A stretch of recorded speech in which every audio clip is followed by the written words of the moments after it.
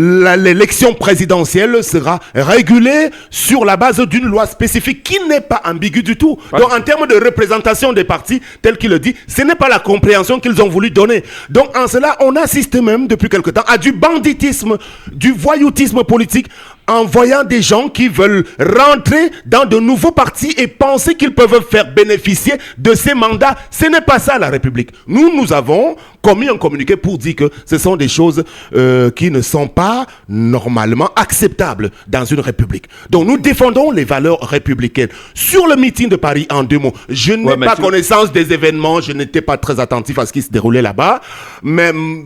En réalité, je vais partager ce qui a été indiqué également, sans aller beaucoup plus loin. Nous attendons que les choses puissent se faire ici, mais l'allusion qui a été faite à l'exemple sénégalais est très grave et c'est même dangereux pour l'équilibre de notre nation. Et je suis davantage bien placé pour évoquer le cas des gens du MRC en liaison avec les élections au Cameroun, parce que je faisais partie de la maison lorsqu'on avait choisi en 2020 de dire qu'on n'y va pas. Nous étions conscients et j'étais parmi ceux qui avaient été choisis pour aller expliquer aux gens dans la région du Sud les raisons fondamentales pour lesquelles on a choisi de boycotter. Nous étions conscients que ça devait nous handicaper à l'époque pour prendre part à la prochaine élection. Donc c'est vraiment de l'esbrouf. Et nous serons là pour leur rappeler. Quelqu'un l'a indiqué. Est-ce que vous êtes sûr que M. Kamto veut même aller à la présidentielle? Parce qu'il devait se donner toutes les chances en amont pour pouvoir garantir sa participation à la prochaine élection présidentielle. Donc je suis également de ceux qui pensent, pas nécessairement dans le cadre du Serbie que je préside, mais comme citoyen, leader d'opinion ayant appartenu au MRC, il leur sera difficile de présenter un candidat. C'est pour cela qu'ils veulent aujourd'hui choisir la voie insurrectionnelle pour plonger le pays dans un bain de sang. Nous ne l'accepterons pas. D'accord. Mais au moins, ils ont dit que s'ils sont élus, ils s'engagent à protéger le président Biya et sa famille. Donc, pour vous qui êtes du cercle de soutien au président Paul Biya, c'est au moins un bon message, non? Non, on n'en a pas besoin de toutes les façons. Donc ça, c'est également... Bon, on est un peu dans la surenchère politicienne, on peut le comprendre aussi. Et vous savez, en arrivant dans votre immeuble, j'ai aperçu tout à l'heure des affiches du candidat à Keremuna, avant l'heure. Ça également, c'est une entorse. Ouais. Nous ne sommes pas encore en période de campagne électorale. Le corps électoral n'est pas convoqué. Le bâtonnier le sait, j'ai travaillé avec lui en 2018, j'étais porte-parole de Akeremuna. Je ne sais pas si c'est lui-même qui est derrière cela, mais ce sont des choses qui devraient normalement intéresser la justice ou alors ceux qui sont chargés de réguler tout cela. Il n'y a pas encore la latitude pour ces représentants-là, candidats déclarés, qui ne sont même pas encore validés par l'ECAM et le Conseil constitutionnel, d'inonder les places publiques d'affiches par rapport à cette présidentielle pour dire que tel ou tel est le meilleur candidat. Ça aussi, ce sont des choses sur lesquelles nous avons le devoir et l'obligation de nous élever. D'accord. Contre. Salutations citoyennes Jean-Jacques Zé et à tout ton panel. Prière à certains compatriotes qui participent à l'émission d'éviter de tenir des propos discourtois et empreints de pédantisme aux antennes. Être intelligent ne veut pas dire qu'on parle bien la langue française et qu'on se livre à des entourloupes sémantiques. Cela est très désagréable et nous pousse, nous autres non intelligents, à abandonner le débat public et politique aux érudits en tout. Or, nous voyons où nous ont conduit les intelligents dans notre pays. Bien à vous, Anissé Menyou de la société civile. Il ajoute justement qu'un intellectuel, entre guillemets, ce n'est pas quelqu'un qui a des diplômes ou qui se dit intelligent, mais un intellectuel, comme l'avait modestement dit qui? Jean-Michel Cancan. Vous voyez ce coup? Jean-Michel Cancan. C'est celui qui est capable de transformer son environnement immédiat et étendu de manière positive et durable. Voilà l'intellectuel, pas ceux qui font ce qu'il a condamné aujourd'hui, les entourloupes et autres, lorsqu'ils prennent la parole. Notre invité, c'est Sam Séverin Ango, président du cercle de soutien à Paul Biya. Les marcheurs peuvent poser des questions, tout comme nous ici. Voilà, première question que je voudrais poser à Sam Séverin Ango. Août 2018, Sam Séverin Ango laisse tomber Akeremuna, le mouvement Naon. Septembre de la même année, 2018, il soutient Franklin Ndjifor, le pasteur des regrettés mémoires. Et puis en 2019, précisément dans avril, je crois, avril, adhère au MRC après avoir flirté avec l'UNDP.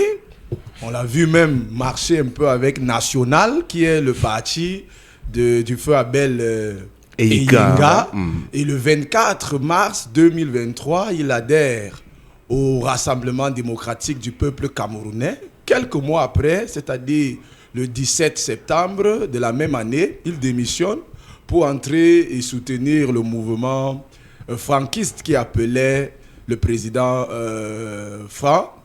Franck-Emmanuel Biya, fils du président, à être candidat en 2025. Et aujourd'hui, on voit justement le grand frère Ango avec le cercle de soutien de Paul Biya. Nous voyons entre 2018 et 2025 8 mouvements sur le plan des associations politiques ou mouvements, ou alors des mouvements citoyens ou politico-citoyens. Qu'est-ce qui peut expliquer, n'est-ce pas, cette dynamique qui consiste à être très mobile sur le plan des adhésions dans les différents mouvements? N'est-ce pas un signe d'instabilité ou alors de déloyauté ou d'infidélité?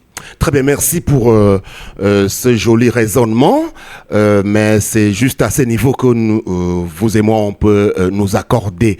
En réalité, ça peut être un indicateur de vitalité.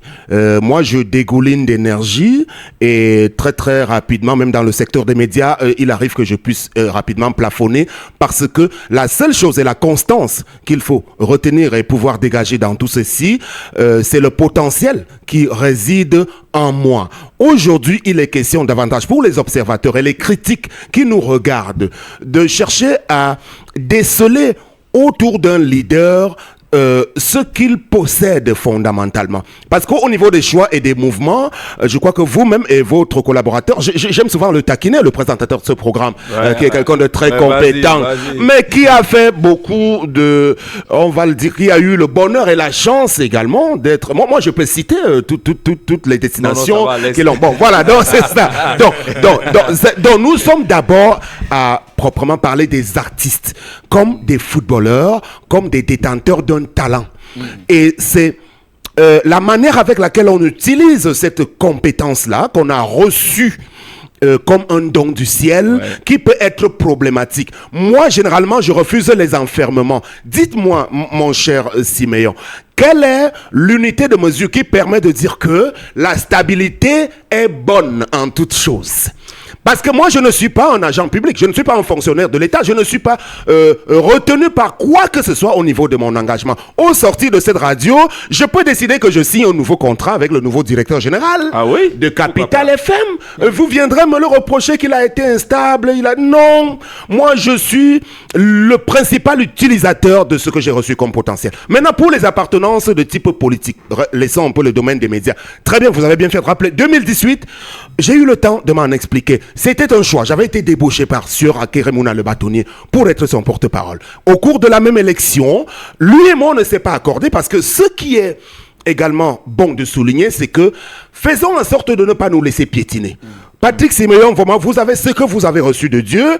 Il ne faut permettre à aucun homme sur la terre de vous l'arracher. Absolument. Dès lors qu'on ne respecte pas le contrat que vous avez passé avec Capital FM, vous êtes libre de partir. J'ai dénoncé mon contrat avec le bâtonnier Akeremouna, et quand je sors de là, il a reconnu lui-même que c'est avec mon départ que son équipe a périclité. J'étais recruté comme porte-parole responsable de la communication externe. 3 mois plus tard, on voit débarquer Paul Mahel, qui est venu dire que moi, je peux faire mieux que Sam.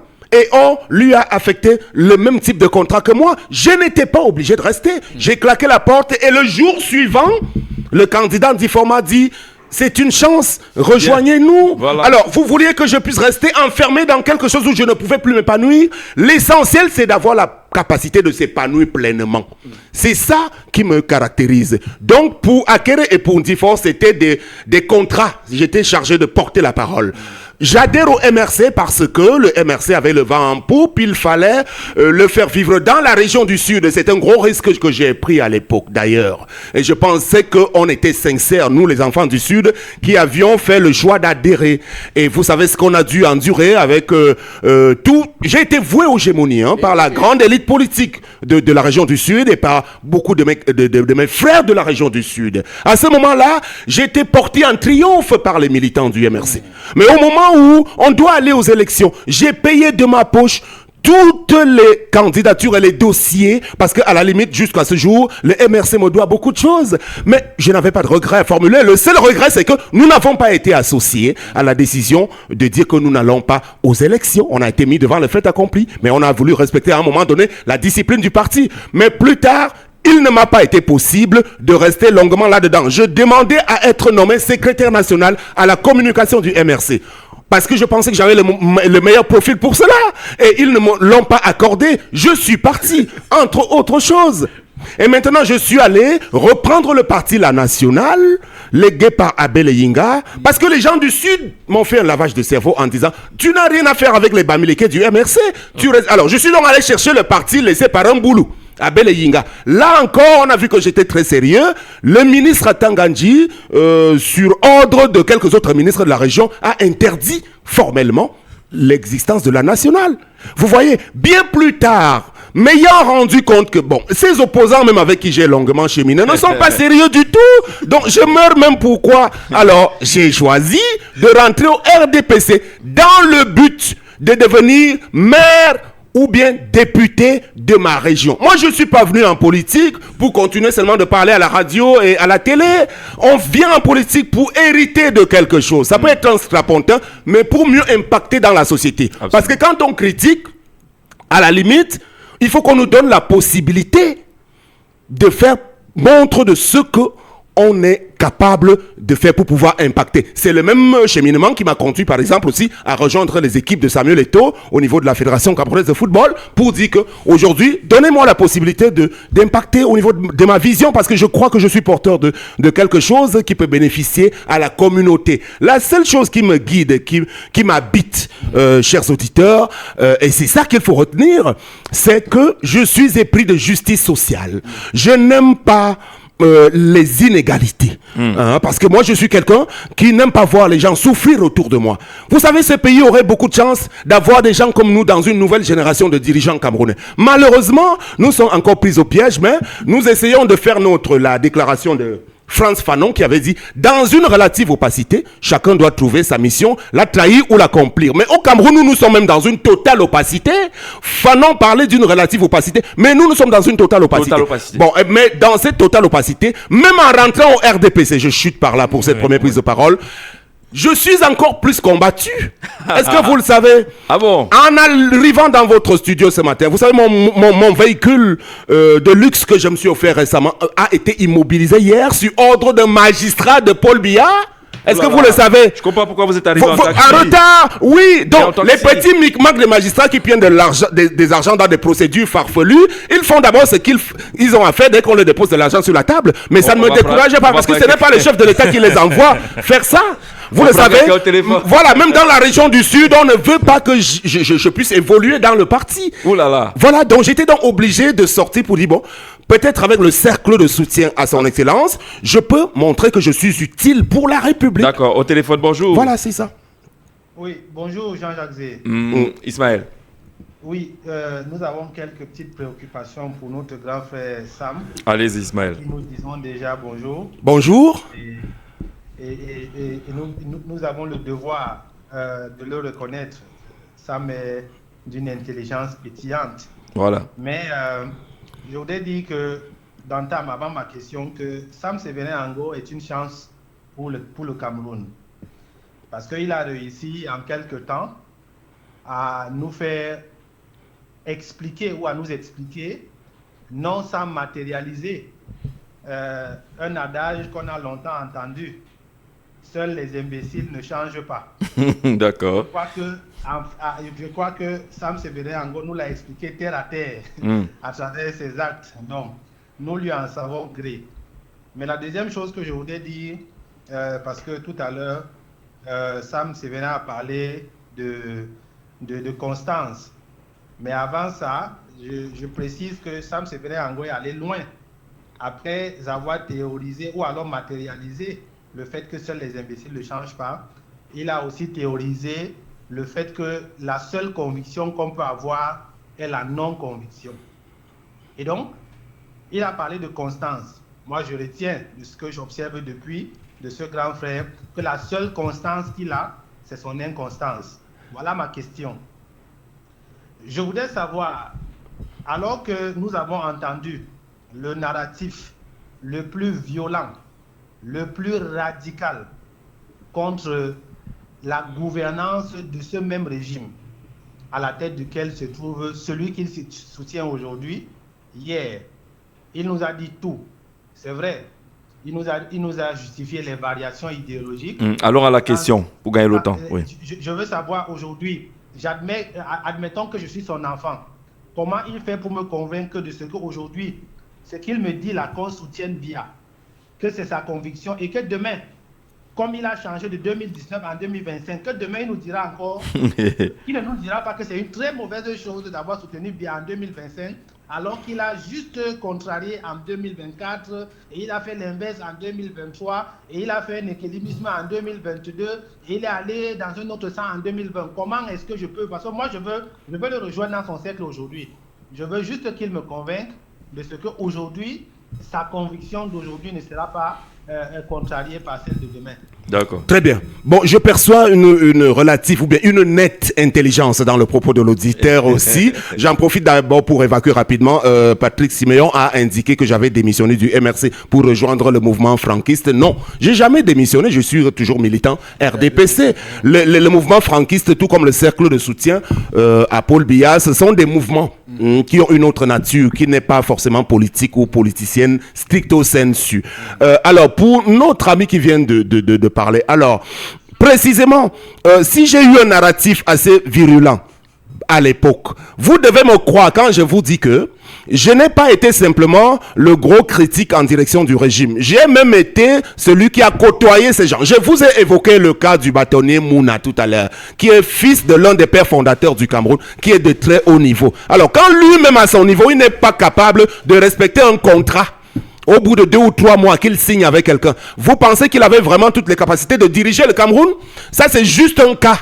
Je peux vous en citer d'autres. Donc, le problème, pour que vous en soyez convaincus, c'est que le Paul Biya, qui est aujourd'hui la cible, alors, comme c'est essentiel, n'est pas fondamentalement la mauvaise personne, parce que tous ceux qui sont en face, ils ne proposent pas mieux, ils ne sont pas des meilleurs. Donc aujourd'hui, le cercle de soutien, les gens ne comprennent pas. Je continue de dire que le cercle de soutien à Paul Biya n'est pas un mouvement pour dire que Paul Biya doit nécessairement être réélu en 2025. Nous disons qu'il ne doit pas partir sur une mauvaise lancée et que c'est beaucoup plus pour préserver les valeurs de la République et qu'en qualité de chef de l'État, il n'a pas été le plus mauvais. C'est-à-dire que ceux qui aujourd'hui qui étaient avec lui et qui ont démissionné du gouvernement quelques semaines avant qu'il ne soit limogé, ne sont pas les meilleures personnes pour dire qu'ils sont en capacité de mieux gérer une nation comme celle du Cameroun. Vous voyez un peu. Donc l'après-Biya se profile à l'horizon, ce sera lui ou quelqu'un d'autre de son équipe, mais je ne pense pas que la meilleure personnalité à diriger le nouveau Cameroun sortira des rangs des forces dites de changement aujourd'hui. Oui, bonjour. Oui, bonjour. Bienvenue. Oui, bonjour, Zanza. Oui. Vraiment, on ne suit pratiquement pas l'invité. Il dit que son micro, ça ne nous permet même pas de suivre ce qu'il dit. D'accord, on va voir comment améliorer. Oui. D'accord. Bonjour à vous en studio. Prière de régler le micro de l'invité, Jean-Pierre Babayak. Il a une voix qui porte, donc on n'est pas obligé de... Voilà, d'accord.